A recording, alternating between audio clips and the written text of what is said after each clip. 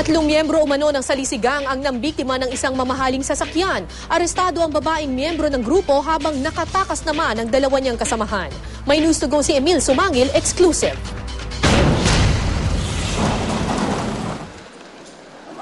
Miyembro umano ng salisigang ang 38 anyos na si Jane Cruz, Tubong Bacoor, Cavite.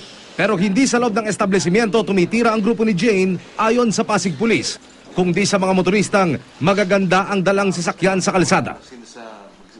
Ayon sa isang biktima, minamaneho niya ang kanyang SUV nang bigla raw siyang parahin at katukin ng isa sa tatlong suspect.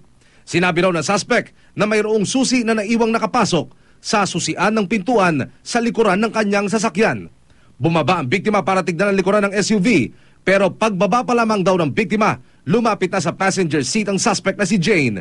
Pagbalik ng biktima sa driver's seat, wala na ang kanyang shoulder bag na higit 40,000 piso ang halaga, pati mga gadget, alahas at pera. Although pagbaba ko, nilak ko yung pinto. Kasi syempre aware din ako kung ano yung mga nangyayari doon.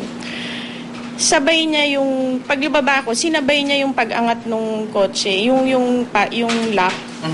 So, ang tendency, tinignan ko, may susi talaga. Pagbalik ko ng kotse, wala na. Wala na yung bag ko. Pagbaba niya, di ba yung mga kotse ngayon, pag inopen mo yung lock, open na lahat yun. Papasok naman siya. Sasalise. Ito nga, nakuha tong bag. Natakip agad si Jane pero ang dalawa pa niyang kasama nakatakbo. Sa modus na ito, pinaalalahanan ng pulisya ang publiko. Sasabihin, bukas yung compartment, malambot yung gulong ng kotse, or kung minsan, sasabihin na sideswipe mo ko. Tinuro na ako sa polis. Wala naman akong kinuha. Ba't ka nagtatakip ng mukha mo o wala kang kasalanan? Hindi, nahiya Ha?